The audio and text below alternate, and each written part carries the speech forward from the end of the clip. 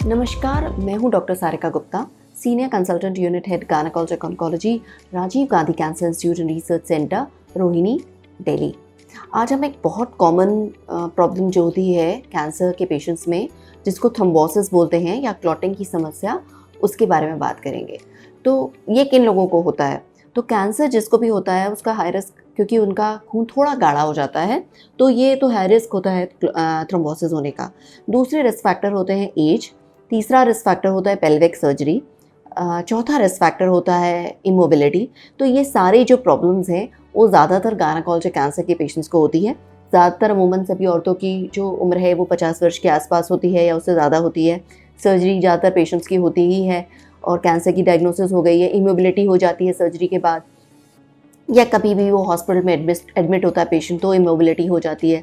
तो ये risk factors हैं। इसके अलावा जो रिस्क फैक्टर्स हैं वो है स्मोकिंग करना। जो भी स्मोक करते हैं और उनको कैंसर भी है, बहुत ज़्यादा हाई रिस्क है क्लॉटिंग की प्रॉब्लम होने का।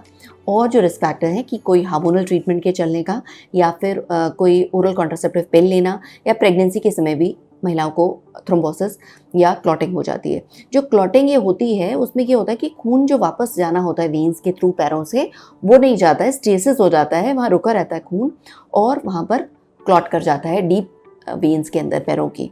इनके जो लक्षण होते हैं वो होते हैं पैर का सूजना, उसमें लालिमा आना, थोड़ा पेन होना, धीरे धीरे उस सूजन का ऊपर चढ़ना, और फिर जब ऊपर चढ़ जाती है तो इसका एक और कॉम्प्लिकेशन होता है जो कि फेटल भी हो सकता है, कि वो थक्के का टूट कर किसी पल्मोनरी आर्टरी में चले जाना और वहाँ पर इन्फार्क्ट हो जाना।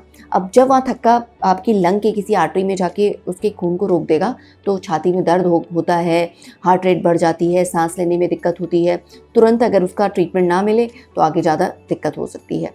तो ये जो संकेत मैंने आपको बताए हैं, अगर कैंसर के किसी पेशेंट को इस तरह का प्रॉब्लम आ रहा है कि पैर सूज रहा है, एक पैर ज़्यादा सूज रहा है दूसरे की कंपैरेटिवली, तो डॉक्टर के पास तुरंत जाना चाहिए। डॉपलर कराएंगे वो, और फिर उसका अगर पता चलता है तो ब्लड थिनर, मतलब खून को पतला करने की दवाइयाँ चलती हैं जिससे कि वो क्लॉट जो है वो ठीक हो जाए। धन्यवाद।